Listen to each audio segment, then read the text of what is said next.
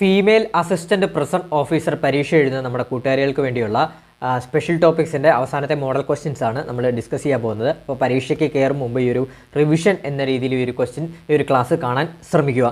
അപ്പം നമുക്ക് എത്രയും പെട്ടെന്ന് തന്നെ ക്ലാസ്സിലോട്ട് കിടക്കാം. ഒന്നാമത്തെ ചോദ്യം, കേരളത്തിൽ സ്ത്രീകൾക്കായുള്ള ഏക ഓപ്പൺ ആൻഡ് കറക്ഷണൽ ഹോം സ്ഥിതി ചെയ്യുന്നത് എവിടെയാണ്? അപ്പോൾ കേരളത്തിൽ സ്ത്രീകൾക്കായുള്ള ഏക ഓപ്പൺ ആൻഡ് കറക്ഷണൽ അതായത് ഓപ്പൺ ജയിൽ സ്ഥിതി ചെയ്യുന്നത് എവിടെയാണെന്നാണ് ചോദിച്ചിരിക്കുന്നത്. ആൻസർ ഓപ്ഷൻ സി പൂജപ്പുരയാണ് കേട്ടോ. ആൻസർ ഓപ്ഷൻ സി പൂജപ്പുരയാണ്. അപ്പോൾ കേരളത്തിലെ സ്ത്രീകൾക്കായുള്ള ഏക ഓപ്പൺ ആൻഡ് കറക്ഷണൽ ഹോം സ്ഥിതി ചെയ്യുന്നത് എവിടെയാണ്? പൂജപ്പുരയിലാണ്. അതുപോലെ തന്നെ കേരളത്തിലെ ആകെ ഉള്ള ഓപ്പൺ ജയിലുകൾ, അതായത് പുരുഷ ഓപ്പൺ ജയിലുകൾ 3 എണ്ണമാണുള്ളത്. പുരുഷ ഓപ്പൺ ജയിലുകൾ 3 എണ്ണമാണുള്ളത്. പഠിച്ചു നോക്കണം. നമ്മൾ പഠിച്ചതാണ്. നെട്ടുകാൽത്തേരി തിരുവനന്തപുരം, ചീമേനി കാസർഗോഡ്, പൂജപ്പുര തിരുവനന്തപുരം. എന്നീ മൂന്ന് ഓപ്പൺ ജയിലുകളാണ് പുരുഷ ഓപ്പൺ ജയിലുകളായിട്ട് കേരളത്തിൽ ഉള്ളത്. അപ്പോൾ വനിതാ ഓപ്പൺ ജയിൽ ഒരെണ്ണം മാത്രമേ ഉള്ളൂ, അത് പൂജപ്പുര മാത്രമേ ഉള്ളൂ. അതുപോലെ തന്നെ വനിതാ ജയിലുകളും 3 എണ്ണമേ ഉള്ളൂ. അപ്പോൾ കേരളത്തിൽ വനിതാ ജയിലുകളും 3 എണ്ണമേ ഉള്ളൂ. അതുകൂടാതെ തന്നെ കേരളത്തിലെ ഏക ബോസ്റ്റൽ സ്കൂൾ വരുന്നത് തൃക്കാക്കരയാണ്. തൃക്കാക്കര എറണാകുളത്താണ് കേരളത്തിലെ ഏക ബോസ്റ്റൽ സ്കൂൾ വരുന്നത്. ബോസ്റ്റൽ സ്കൂളിൽ പാർപ്പിക്കുന്ന തടവുകാരുടെ പ്രായം എത്രയാണ്? 18 വയസ്സ് മുതൽ 21 വയസ്സ് വരെ. ഇതെല്ലാം നമ്മൾ ഡീറ്റെയിൽ ആയിട്ട് പഠിച്ചതാണ്. റിവിഷൻ എന്ന രീതിയിലാണ് നമ്മൾ പറയുന്നത്. അടുത്ത ചോദ്യം നോക്കാം.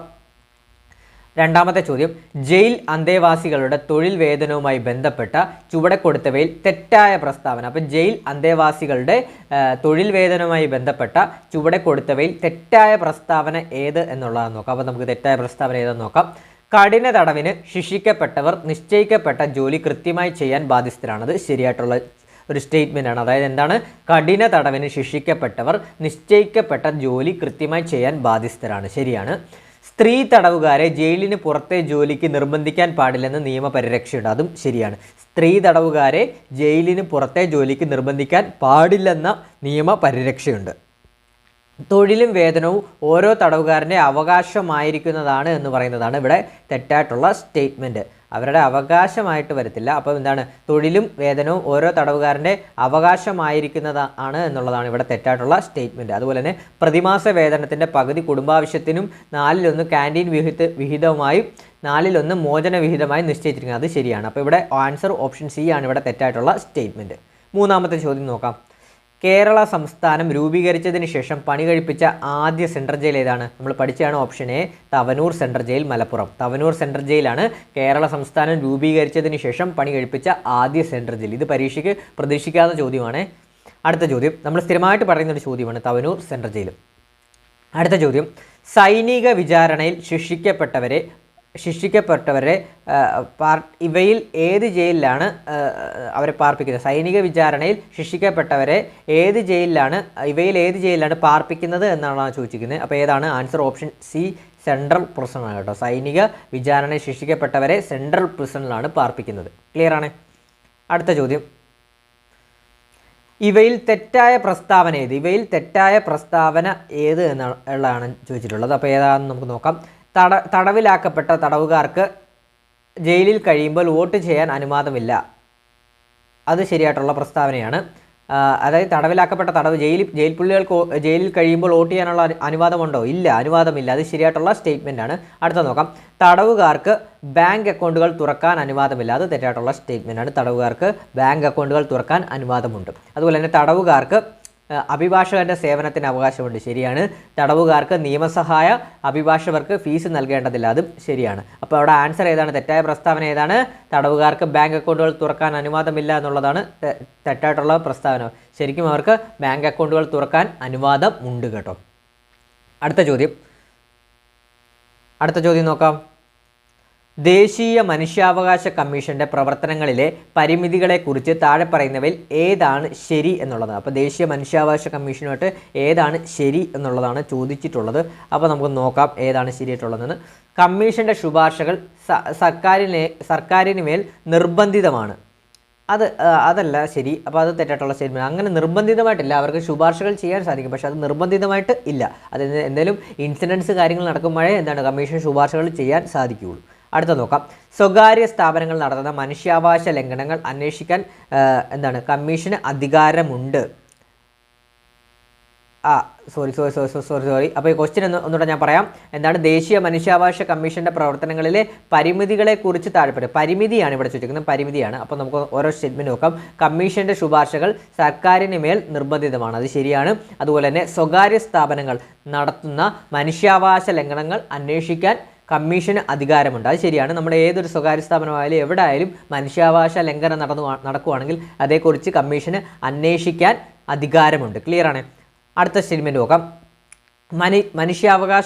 മനുഷ്യാവകാശ ലംഘനം നടന്ന് 1 വർഷം പിന്നിട്ട കേസുകളിൽ അന്വേഷണം നടത്താൻ കമ്മീഷന് അധികാരമില്ല. അതാണ് ഇവിടെ ശരിയായിട്ടുള്ള പരിമിതിയായിട്ട് വരുന്നത്. നമ്മൾ ഓൾറെഡി പഠിച്ചിട്ടുള്ളതാണ്. എന്താണ് 1 വർഷം മനുഷ്യാവകാശ ലംഘനം കഴിഞ്ഞ് 1 വർഷം കഴിഞ്ഞ് കഴിഞ്ഞാൽ എന്താണ് 1 വർഷം കഴിഞ്ഞ് കഴിഞ്ഞിട്ടാണ് കമ്മീഷൻ ഇടപെടാൻ സാധിക്കില്ല, അതായത് അന്വേഷണം നടത്താൻ സാധിക്കില്ല എന്നാണ് നമ്മൾ പഠിച്ചിട്ടുള്ളതാണ്. 1 വർഷം പിന്നിട്ട് കഴിഞ്ഞാൽ. അപ്പോൾ പഠിച്ചു നോക്കുക.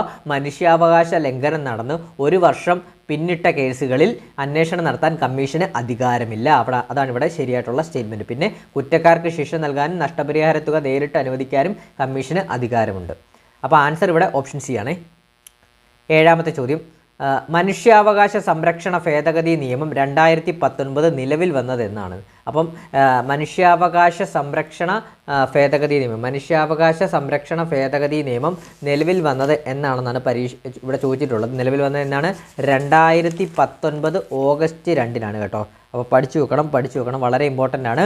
മനുഷ്യാവകാശ സംരക്ഷണ ഭേദഗതി നിയമം 2019 നിലവിൽ വന്നത് 2019 ഓഗസ്റ്റ് 2-നാണ്. അപ്പോൾ അതേ കണക്ട് ചെയ്തൊന്ന് പഠിച്ചു വെച്ചോളൂ. ബില്ല് ലോകസഭ പാസ്സാക്കിയത് ജൂലൈ 19-നാണ്. ലോകസഭ ജൂലൈ 19 പാസ്സാക്കി. അതുപോലെ തന്നെ രാജ്യസഭ ജൂലൈ 22-ന് പാസ്സാക്കി. ബില്ല് രാഷ്ട്രപതി ഒപ്പുവെച്ചത് ജൂലൈ 27. ബില്ല് നിലവിൽ വന്നത് ഓഗസ്റ്റ് 2-നുമാണ്. അതുപോലെ തന്നെ മനുഷ്യാവകാശ സംരക്ഷണ നിയമ ഭേദഗതി ബില്ല് 2019 ലോകസഭയിൽ അവതരിപ്പിച്ചത് ആരാന്ന് ചോദിച്ചാൽ പറയണം, അമിത്ഷായാണ് കേട്ടോ. അമിത്ഷായാണ് അവതരിപ്പിച്ചത്. അതുപോലെ തന്നെ ഈ മനുഷ്യാവകാശ സംരക്ഷണ നിയമം ഇതുവരെ 2 തവണ ഭേദഗതി ചെയ്തിട്ടുണ്ട്. ഒന്ന് 2006-ലും പിന്നെ 2019-ലുമാണ് ഭേദഗതി ചെയ്തിട്ടുള്ളത്. 2 തവണ ഭേദഗതി ചെയ്തിട്ടുണ്ട്. ഇത്രയും പറഞ്ഞ എന്തിനാണെന്ന് ചോദിച്ചാൽ ചിലപ്പോൾ സ്റ്റേറ്റ്മെൻ്റ് ആയിട്ട് ചോദിക്കാൻ സാധ്യതയുണ്ട്. അടുത്ത ചോദ്യം. 1993 നിയമപ്രകാരം മനുഷ്യാവകാശ കോടതികളെ സംബന്ധിച്ച് വ്യവസ്ഥ ഏതാണ് എന്നുള്ളതാണ് ചോദിച്ചിട്ടുള്ളത്. അപ്പോൾ നമുക്ക് നോക്കാം. ഓരോ ജില്ലയിലും മനുഷ്യാവകാശ കോടതികൾ സ്ഥാപിക്കാൻ നിയമം നിർദ്ദേശിക്കുന്നത് ശരിയാണോ? അല്ല. അതുപോലെ തന്നെ ഹൈക്കോടതി ചീഫ് ജസ്റ്റിസിൻ്റെ അനുമതിയോടെ സംസ്ഥാന സർക്കാരിന് സെക്ഷൻസ് കോടതികളെ മനുഷ്യാവകാശ കോടതികളായി നിശ്ചയിക്കാം. അത് ശരിയായിട്ടുള്ള സ്റ്റേറ്റ്മെൻറ്റാണ്. അപ്പോൾ അതാണ് ഇവിടുത്തെ ആൻസർ. അതായത് ക്വസ്റ്റ്യൻ ഞാനൊന്നുകൂടെ പറയാം, അപ്പോൾ കണക്ട് ആയിക്കോളൂ. അപ്പോൾ എന്താണ് 1993 നിയമപ്രകാരം മനുഷ്യാവകാശ കോടതികളെ സംബന്ധിച്ച വ്യവസ്ഥ ഏതാണ്? ഹൈക്കോടതി ചീഫ് ജസ്റ്റിസിൻ്റെ അനുമതിയോടെ സംസ്ഥാന സർക്കാരിന് സെക്ഷൻസ് കോടതികളെ, അതായത് ഹൈക്കോടതി ചീഫ് ജസ്റ്റിസിൻ്റെ മാത്രം അനുമതിയോടെ എന്താണ് സംസ്ഥാന സർക്കാരിന് സെക്ഷൻസ് കോടതികളെ മനുഷ്യാവകാശ കോടതികളായി നിശ്ചയിക്കാം. ക്ലിയർ ആണ്. അടുത്ത ചോദ്യം. ദേശീയ മനുഷ്യാവകാശ കമ്മീഷൻ്റെ വാർഷിക റിപ്പോർട്ടുകളും പ്രത്യേക റിപ്പോർട്ടുകളും ആർക്കാണ് സമർപ്പിക്കേണ്ടത്? ഇത് നമ്മൾ സ്ഥിരമായിട്ട് പറയുന്നൊരു ചോദ്യമാണ്, പഠിച്ചൊരു ചോദ്യമാണ്. എന്താണ് ആൻസർ? ഏതാണ്? ഓപ്ഷൻ സി, കേന്ദ്ര സർക്കാരിനും ബന്ധപ്പെട്ട സംസ്ഥാന സർക്കാരിനും കേട്ടോ. അപ്പോൾ ദേശീയ മനുഷ്യാവകാശ കമ്മീഷൻ്റെ വാർഷിക റിപ്പോർട്ടുകളും പ്രത്യേക റിപ്പോർട്ടുകളും ആർക്കാണ് സമർപ്പിക്കേണ്ടത്? കേന്ദ്ര സർക്കാരിനും എവിടാണോ ഇൻസിഡൻറ്റ് നടന്നിട്ടുള്ള ആ ബന്ധപ്പെട്ട സംസ്ഥാന സർക്കാരിനുമാണ്. അപ്പോൾ സംസ്ഥാന മനുഷ്യാവകാശ കമ്മീഷൻ ആണെങ്കിൽ സംസ്ഥാന സർക്കാരിനാണ് റിപ്പോർട്ട് നൽകേണ്ടത് കേട്ടോ. ഒന്ന് കണക്ട് ചെയ്തോണേ. അടുത്ത ചോദ്യം.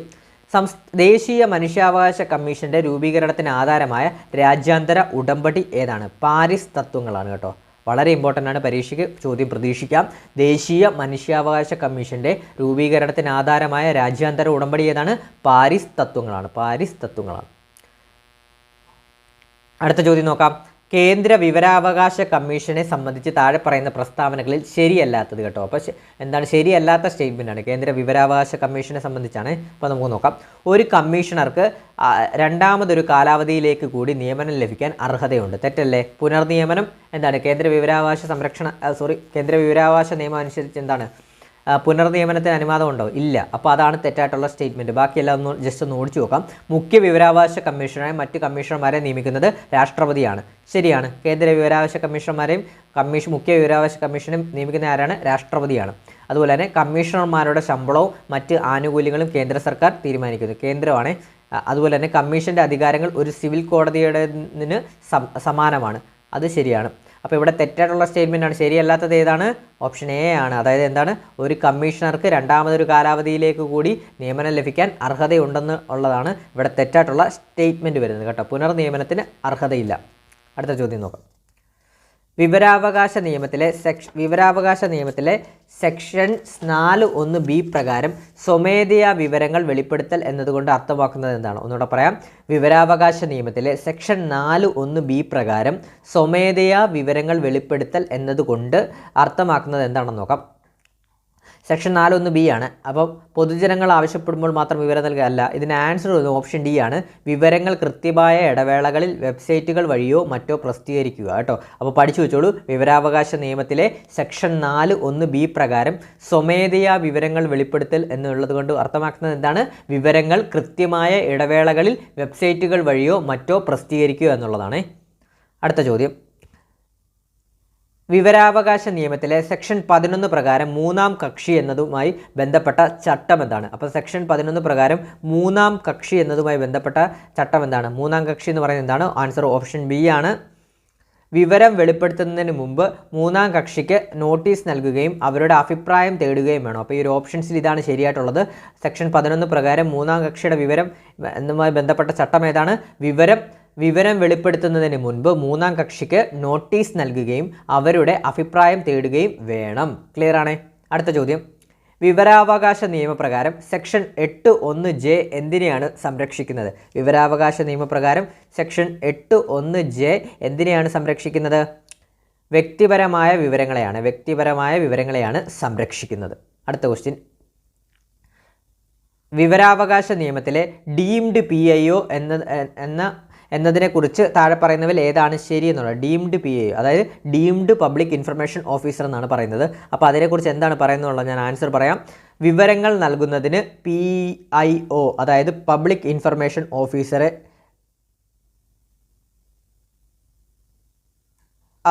വിവരങ്ങൾ നൽകുന്നതിന് പബ്ലിക് ഇൻഫർമേഷൻ ഓഫീസറെ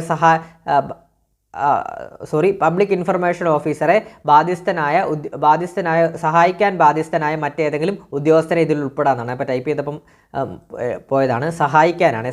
അതാണ് ആൻസർ. ഞാൻ ഒന്നുകൂടെ പറയാം. ഡീംഡ് PIO അതായത് ഡീംഡ് പബ്ലിക് ഇൻഫർമേഷൻ ഓഫീസർ എന്ന് പറഞ്ഞാൽ എന്താണ്? വിവരങ്ങൾ നൽകുന്നതിൽ പബ്ലിക് ഇൻഫർമേഷൻ ഓഫീസറെ സഹായിക്കാൻ ബാധ്യസ്ഥനായ മറ്റേതെങ്കിലും ഉദ്യോഗസ്ഥനെ ഇതിൽ ഉൾപ്പെടുത്താം. അതാണ് ഡീംഡ് PIO എന്ന് പറയുന്നത്. അപ്പം പബ്ലിക് ഇൻഫർമേഷൻ ഓഫീസറെ സഹായിക്കാൻ ബാധ്യസ്ഥനായ മറ്റൊരു ഉദ്യോഗസ്ഥനെയാണ് ഡീംഡ് PIO അഥവാ ഡീംഡ് പബ്ലിക് ഇൻഫർമേഷൻ ഓഫീസർ എന്ന് പറയുന്നത്. ക്ലിയർ ആണ്? അടുത്ത ചോദ്യം. ചുവടെ കൊടുത്തവയിൽ ബുദ്ധിമാപനത്തിന് ഉപയോഗിക്കുന്നത് ഏതാണ്?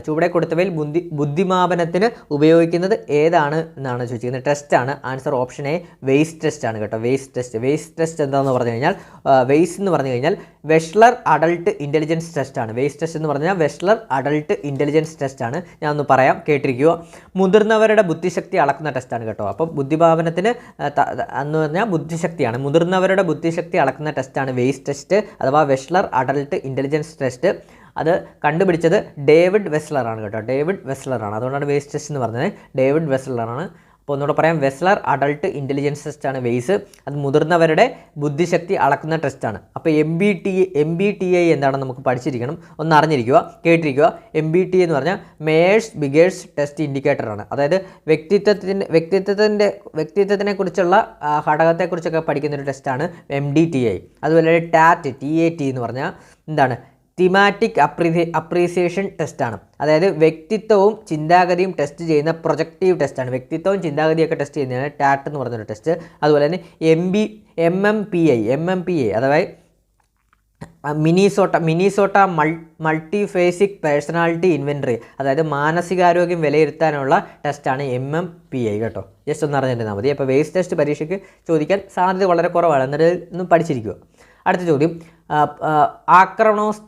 ആക്രമണോസ്തുകതയെക്കുറിച്ച് സിഗ്മണ്ട് ഫ്രോയിഡ് മുന്നോട്ട് വെച്ച തനാറ്റോസ് എന്ന ആശയത്തെ താഴെ പറയുന്നവയിൽ ഏതാണ് ഏറ്റവും നന്നായി വിവരിക്കുന്നതെന്നാണ്. അപ്പോൾ എന്താണ് നമ്മൾ പഠിച്ചതാണ്? ആക്രമണോസ്തുകതയെക്കുറിച്ച് സിഗ്മണ്ട് ഫ്രോയിഡ് മുന്നോട്ട് വെച്ച തനാറ്റോസ് എന്ന ആശയത്തെ താഴെ പറയുന്നവയിൽ ഏതാണ് നന്നായി വിവരിക്കുന്നത്? ഏതാണ്? നമ്മൾ പഠിച്ചതാണ് ഓപ്ഷൻ സി ആണ് ഇവിടെ വിവരിക്കുന്നത്. അതായത് വ്യക്തികളിൽ അന്തർലീനമായ മരണവാസന അല്ലെങ്കിൽ നശീകരണാത്മകമായ ഊർജ്ജത്തെയാണ് വിവരിക്കുന്നത്. അപ്പോൾ തനാറ്റോസ് എന്ന ആശയം എന്താണ് ഏറ്റവും നന്നായി വിവരിക്കുന്നത്? തനാറ്റോസിനെ വ്യക്തികളിൽ അന്തർലീനമായ മരണവാസന അല്ലെങ്കിൽ നശീകരണാത്മകമായ ഊർജ്ജത്തെയാണ് തനാറ്റോസ് എന്ന് പറയുന്നത്. ക്ലിയർ ആണ്?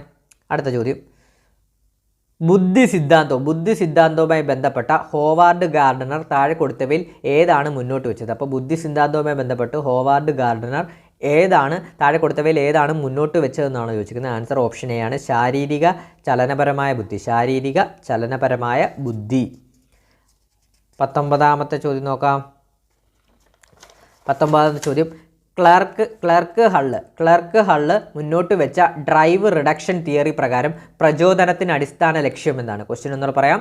ക്ലർക്ക് ഹള്ള് മുന്നോട്ട് വെച്ച ഡ്രൈവ് റിഡക്ഷൻ തിയറി പ്രകാരം പ്രചോദനത്തിന് അടിസ്ഥാന ലക്ഷ്യം എന്താണെന്നാണ്. ആൻസർ ഓപ്ഷൻ ബി ആണ്, ഹോമിയോസ്റ്റാസിസ് കൈവരിക്കുക. അടുത്ത ചോദ്യം, മനഃശാസ്ത്രത്തിലെ സെൽഫ് ഡിറ്റർമിനേഷൻ തിയറി അനുസരിച്ച് 3 പ്രധാന മനഃശാസ്ത്ര ആവശ്യങ്ങൾ ഏവാന്നുള്ളതാണ്. ആൻസർ ഓപ്ഷൻ ബി ആണ്, സ്വയംഭരണം, പ്രാവീണ്യം, ബന്ധമാണ്. അപ്പോൾ മനഃശാസ്ത്രത്തിലെ സെൽഫ് ഡിറ്റർമിനേഷൻ തിയറി അനുസരിച്ച് 3 പ്രധാന ആവശ്യങ്ങൾ ഏതൊക്കെയാണ്? സ്വയംഭരണം, പ്രാവീണ്യം, ബന്ധം എന്നിവയാണ് കേട്ടോ. അപ്പോൾ ഇത്രയുമാണ് നമ്മുടെ ഒരു അവസാനത്തെ ഒരു മോഡൽ ക്വസ്റ്റ്യൻസ്. നമ്മൾ കംപ്ലീറ്റ് ക്വസ്റ്റ്യൻസും അതുപോലെ തന്നെ PYQ ക്വസ്റ്റ്യൻസും കംപ്ലീറ്റ് നമ്മൾ റിവിഷൻ ചെയ്തതാണ്. അപ്പോൾ ഇതൊരു അവസാന ക്ലാസ് എന്നുള്ള രീതിയിലാണ്. ഇപ്പോൾ നിങ്ങൾ പരീക്ഷയ്ക്ക് പോകുന്നതിന് മുമ്പൊന്ന് ജസ്റ്റ് കാണുക എന്നുള്ളതാണ് ഈ നമ്മുടെ ഇത്. അതുപോലെ തന്നെ എന്നാൽ കഴിയുന്ന മാക്സിമം തരത്തിലുള്ള സ്പെഷ്യൽ ടോപ്പിക്സും കറണ്ട് അഫയേഴ്സും ഞാൻ ഇട്ടിട്ടുണ്ട്. അപ്പോൾ നല്ല PYQ റിവിഷൻ ക്ലാസ്സും നമ്മുടെ ക്ലാസ്സുകളൊക്കെ കണ്ട കൂട്ടുകാർക്ക് 20 ഒരു 18 മാർക്ക് വരെ കിട്ടുമെന്നാണ് പ്രതീക്ഷ. അപ്പോൾ നമുക്ക് പരീക്ഷ കഴിഞ്ഞിട്ട് ബാക്കി അഭിപ്രായങ്ങൾ പറയാം. അപ്പം എല്ലാ കൂട്ടുകാർക്കും ഓൾ ദ ബെസ്റ്റ്. അതുപോലെ തന്നെ ചാനൽ മാക്സിമം ഒന്ന് സബ്സ്ക്രൈബ് ചെയ്യാനും മറക്കരുത്. Thank you all.